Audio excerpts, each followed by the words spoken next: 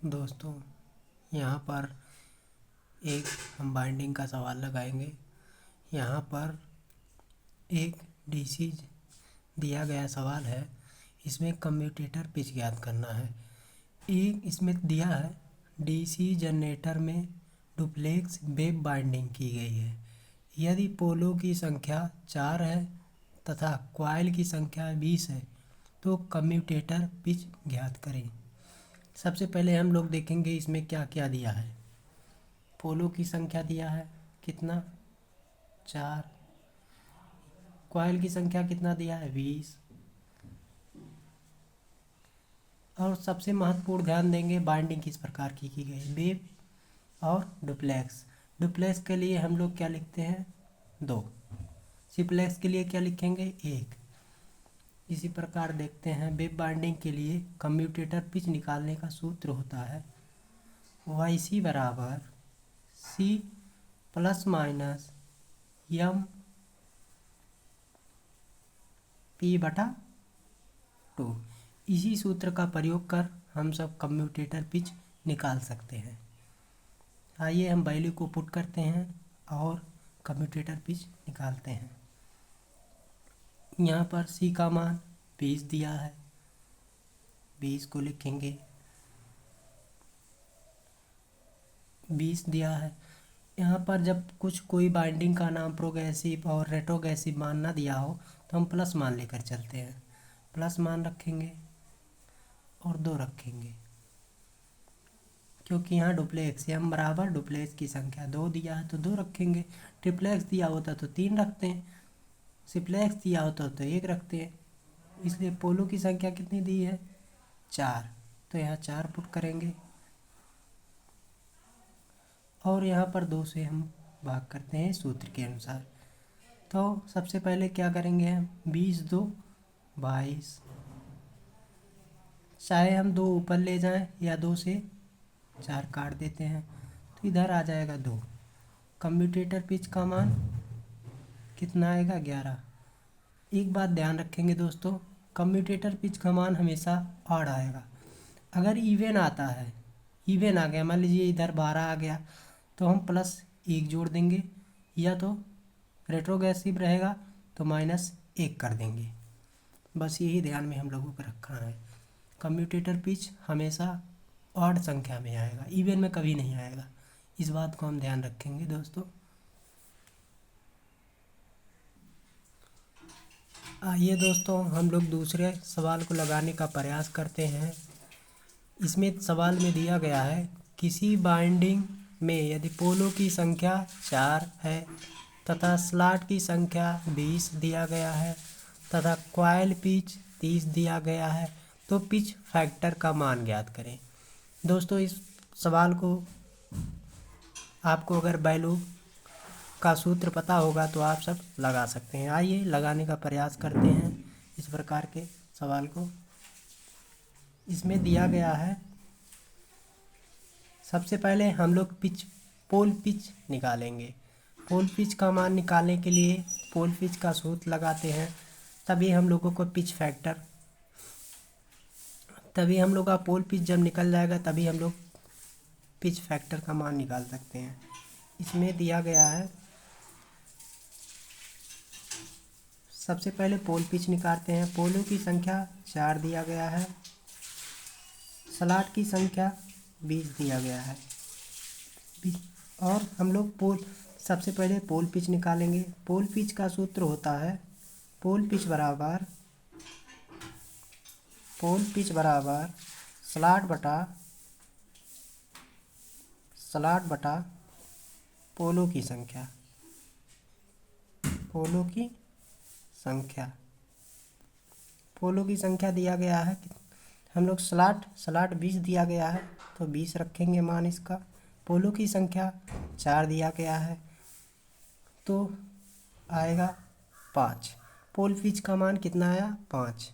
इस प्रकार हम रखेंगे पिच फैक्टर निकालने के लिए पिच फैक्टर का सूत्र होता है पिच फैक्टर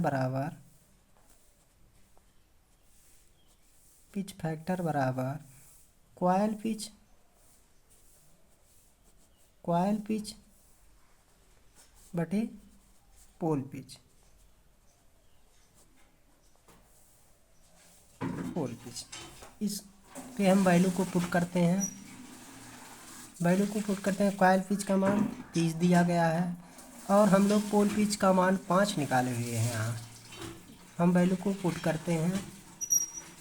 कॉइल पिच का मान 30 दिया गया है और पोल पिच का मान यहाँ पुट करते हैं 5 और हमारा पिच फैक्टर आएगा। इसको काट देते हैं, 6 बार जाएगा, 6 5 30, इसलिए पिच फैक्टर का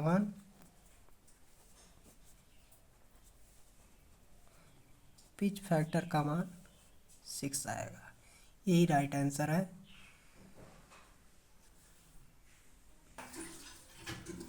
आइए दोस्तों, हम लोग तीसरे सवाल की ओर चलते हैं और इसे हल करते हैं। ये बाइंडिंग के महत्वपूर्ण सवाल हैं जिसे हम लोग हल करेंगे। इसमें सवाल में दिया गया है किसी बाइंडिंग को लैप के तरीके से की जाती है। बाइंडिंग किस प्रकार की?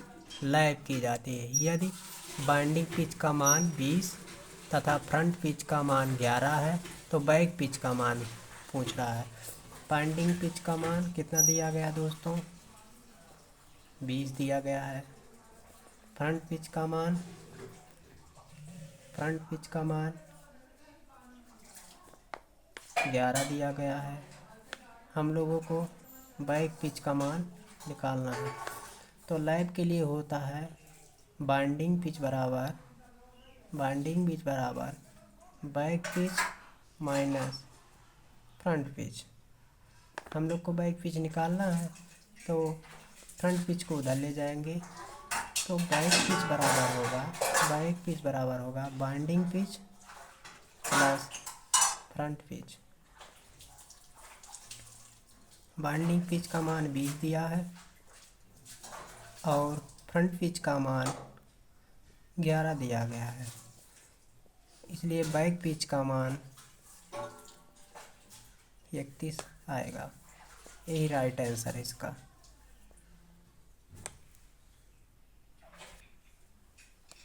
आइए दोस्तों, हम लोग चौथे सवाल का हल करते हैं। चौथे सवाल में दिया गया है यदि किसी बाइंडिंग को वेव के तरीके से की गई है, यदि बैक पिच का मान 5 तथा फ्रंट पिच का मान 3 है तो बाइंडिंग पिच का मान बताएं। इसमें बाइंडिंग पिच का सूत्र होता है बाइंडिंग पिच बराबर back pitch plus front pitch. Back pitch का मान दोस्तों 5 दिया गया है और फ्रंट पिच का मान 3 दिया गया है। तो इस दोनों को ऐड कर देंगे तो 8 आ जाएगा। बाइंडिंग पिच 8 आ जाएगा दोस्तों। इसी प्रकार हम सूत्र को लगाकर हम वैल्यू को पुट कर निकाल लेते हैं। दोस्तों, आप लोग को एक ज्ञान के बारे में बताना चाहूँगा मैं। इसमें प्लस और माइनस का क्या मतलब होता है? प्लस का मतलब प्रोग्रेसिव मतलब धनात्मक, आगे की ओर।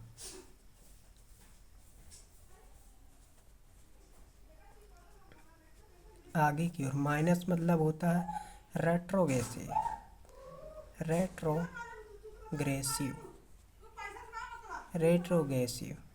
मतलब ऋणात्मक, पीछे की ओर।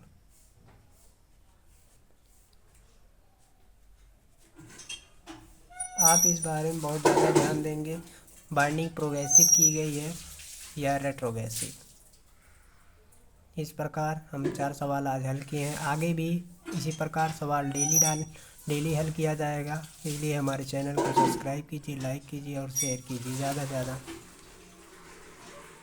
धन्यवाद दोस्तों आप सभी का।